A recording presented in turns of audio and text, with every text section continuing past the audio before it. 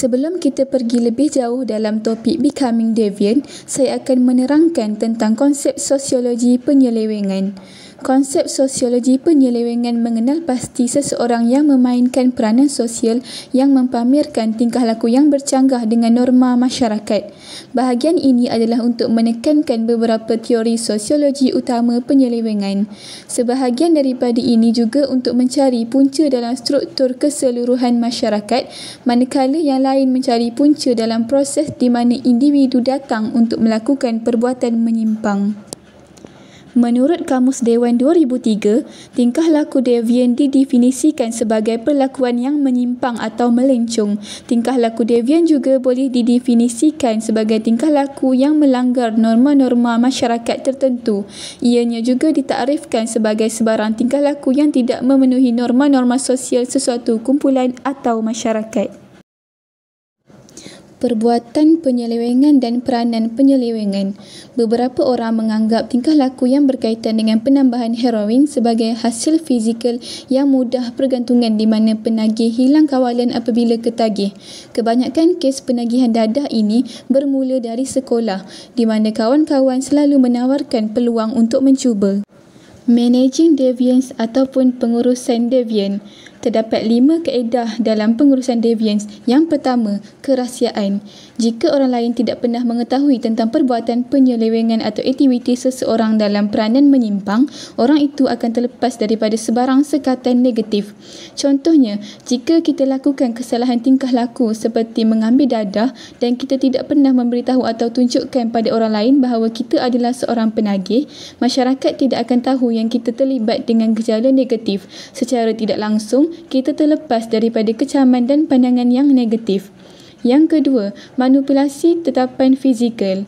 Seseorang yang menyimpang selalunya boleh mengelakkan sekatan negatif dengan mencipta rupa kesahihan untuk perbuatan atau keadaan tanpa mengira sifat sebenar. Contohnya, seorang pekerja restoran mencuri keuntungan majikan cuba mengekalkan penampilan seorang yang jujur dan pekerja yang boleh dipercayai.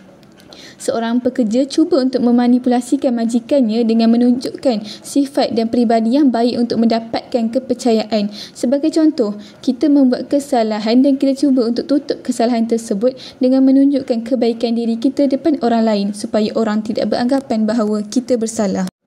Ketiga, rasionalisasi. Penyimpang boleh cuba mengelakkan sekatan dengan menjelaskan dan membenarkan penyelewengan tersebut dari segi situasi, mangsa atau sebab lain. Sebagai contoh, seorang perompak kedai mungkin menggambarkan jenayah ini sebagai tingkah laku yang boleh diterima kerana kedai mampu menanggung kerugian dan insurans akan membantunya. Maksudnya, kita rasa perbuatan merompak itu tak salah sebab dia tidak menjejaskan keuntungan kedai tersebut. Keempat, tukar kepada bukan devian. Seseorang cuba beralih dari menyimpang kepada status tidak menyimpang. Contohnya, pelacur boleh berkahwin dan membina keluarga serta seorang peminum bermasalah boleh elakkan alkohol. Sesetengah penyimpang hanya kekurangan motivasi untuk berubah walaupun mereka boleh, seperti homoseksual yang ingin kekal homoseksual. Kelima, menyertai budaya penyelewengan. Sub-budaya menawarkan simpati dan sokongan kepada yang menyimpang bersama-sama dengan perbuatan penyelewengan yang lain. Ia membantu orang yang menyimpang untuk mengatasi penolakan sosial, manakala pada masa yang sama menyediakan peluang untuk bertindak melakukan devian. Teori individu. Teori ini menjelaskan sikap menyimpang dengan cara menilai persekitaran atau keadaan yang mempengaruhi individu secara unik seperti warisan biologi dan pengalaman awal dalam keluarga. Seterusnya, ia mengkaji beberapa peranan sikap menyimpang berorientasikan individu termasuk yang berkaitan dengan penentu biologi, psikiatri atau perubatan, prinsip psikoanalisis atau prinsip psikologi. Evaluating Biological Approach. Biologi menyumbang sedikit kepada penjelasan tentang tingkah laku sosial dan simbolik tingkah laku manusia menyimpang atau tidak menyimpang. Tidak ada fungsi atau struktur fizikal, tiada gabungan gen dan tiada rembesan kelenjar yang mengandungi kuasa untuk mengarahkan, membimbing atau menentukan jenis, bentuk dan perjalanan tingkah laku manusia. Manusia tidak mewarisi pengetahuan tentang norma sosial, mereka diajar.